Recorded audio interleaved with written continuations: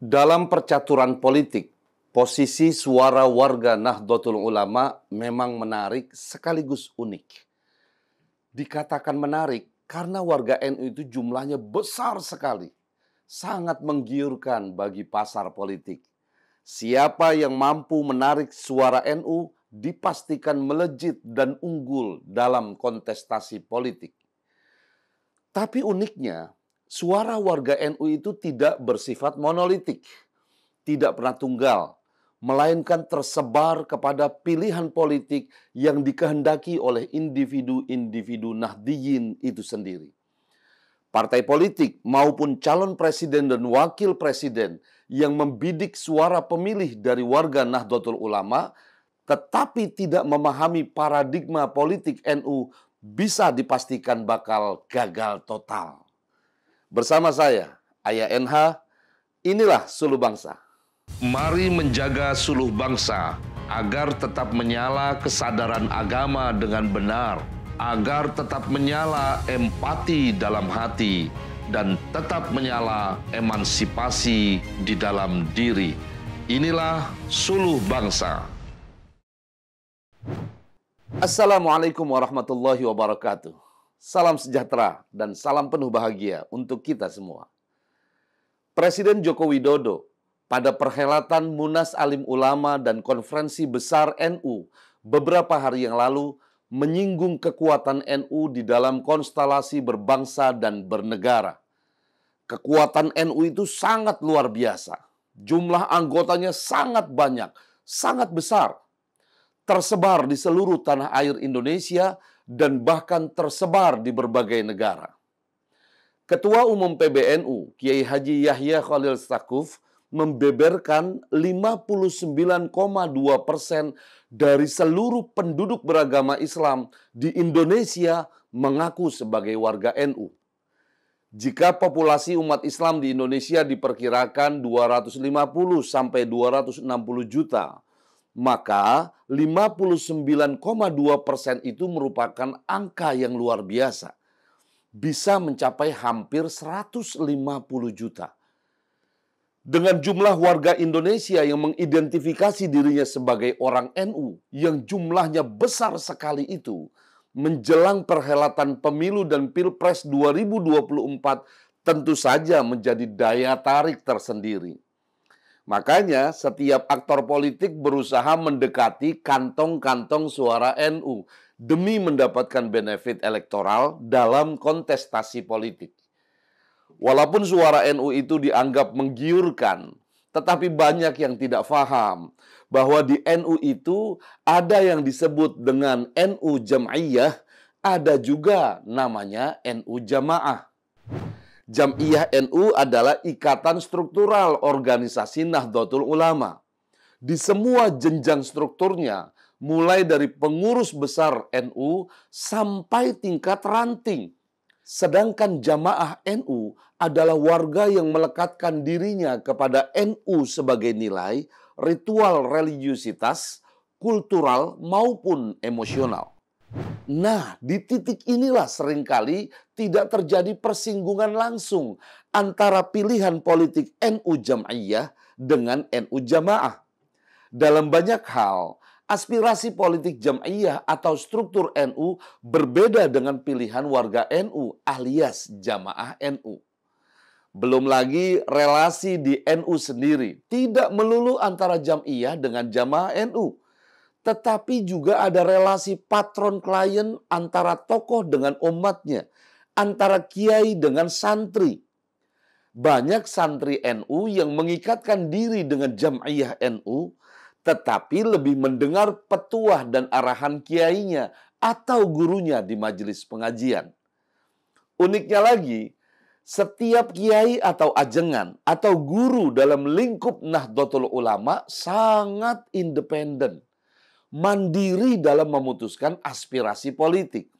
Sehingga meskipun secara kuantitas jumlah warga NU besar sekali, tetapi pilihan politiknya tidak pernah tunggal. Tergantung dengan siapa dia membangun relasi patron kliennya. Dari sini saja bisa difahami mengapa suara warga NU tidak semua mengarah kepada PKB. Padahal PKB merupakan partai politik yang lahir dari rahim NU itu sendiri. Apalagi setelah PBNU memberikan kebebasan kepada warga NU untuk menentukan pilihan politiknya pada ajang pemilu dan Pilpres 2024 nanti. Ditambah lagi, banyak kader-kader NU yang tersebar di banyak partai. Berdasarkan hasil survei Litbang Kompas terbaru, elektabilitas PKB di kalangan pemilih NU secara nasional berada di urutan nomor 3 dengan perolehan mencapai 10,2%. Warga NU justru lebih banyak memilih PDI Perjuangan, kemudian disusul Partai Gerindra.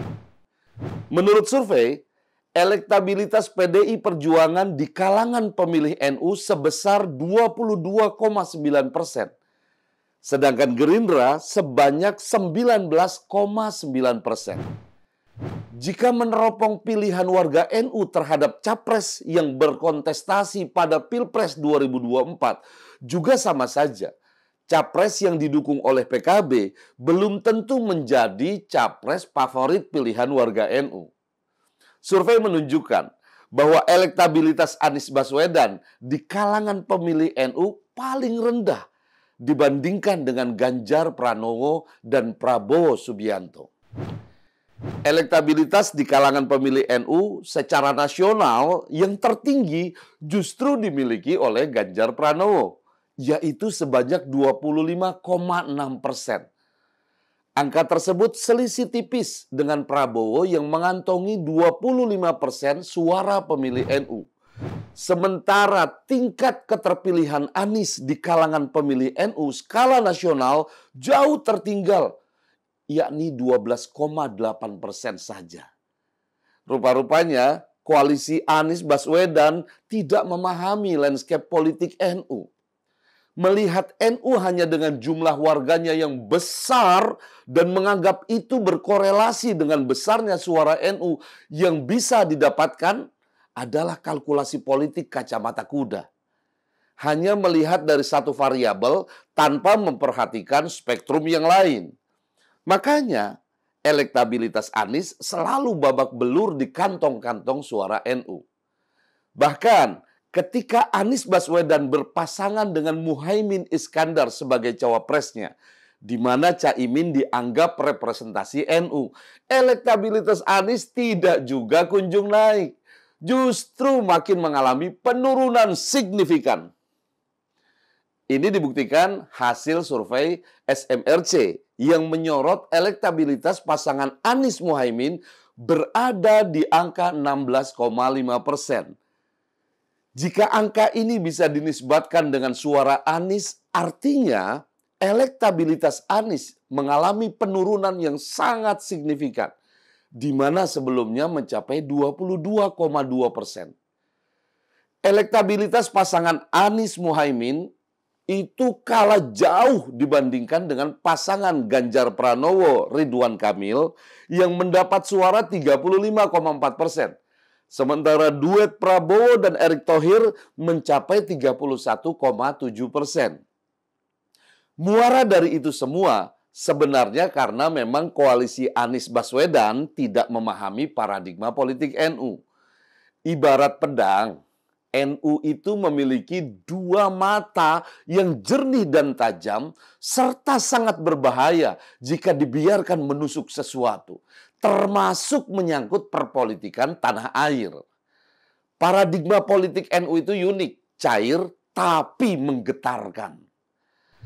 Al-Maghfurlah, Kiai Haji Sahal Mahfudz, yang pernah menjadi Rois Am PBNU, pernah menyatakan bahwa di dalam NU dikenal ada 3 macam paradigma politik, yaitu politik kenegaraan atau kebangsaan, politik kerakyatan, dan politik kekuasaan. Bagi NU, kata Kiai Haji Sahal Mahfudz, dari 3 macam politik itu, politik kekuasaan menempati kedudukan paling rendah. Bagi NU, politik yang paling utama adalah politik kebangsaan. NU berdiri paling depan menjaga NKRI dari rongrongan ideologi transnasional dalam wujud apapun. Walaupun dalam baju agama, NU akan berteriak paling kencang jika ideologi bangsa mendapatkan ancaman. Dengan tetap mengedepankan karakternya yang tawasud atau moderat, tasamuh atau toleran, tawazun atau seimbang, dan i'tidal yang artinya tegak lurus. Bagi NU, NKRI adalah harga mati. Esensi NU didirikan bukan untuk tujuan politik kekuasaan, tetapi politik yang berbasis kerakyatan. NU memegang prinsip kaedah fikih tasarruful imam ala ra'iyah manutun bil maslahah. Tindakan dan kebijakan pemimpin kepada rakyatnya harus didasarkan pada pertimbangan kemaslahatan. Selama pemimpin berorientasi kepada kemaslahatan rakyat, maka NU pasti akan memberikan dukungannya. Suara pemilih NU juga mengarah pada calon pemimpin yang dinilai paling bisa membawa kemaslahatan umat dan rakyat. Tindakan politik kerakyatan dalam pengertian luas disebut sebagai tingkatan politik tertinggi Nahdlatul Ulama. Namun, jika capres atau cawapres yang dinilai haus kekuasaan melakukan berbagai macam cara demi mendapatkan kekuasaan, mengesampingkan etika berpolitik, menebar dusta politik dengan janji-janji yang tidak masuk akal, bagi NU, capres dan cawapres itu hanya melakukan politik kekuasaan yang rendah. Sementara politik luhur, yaitu politik kebangsaan dan politik kerakyatan, justru ditinggalkan.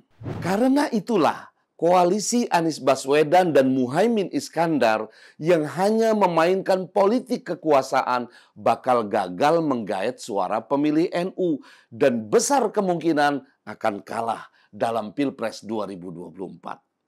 Sampai jumpa.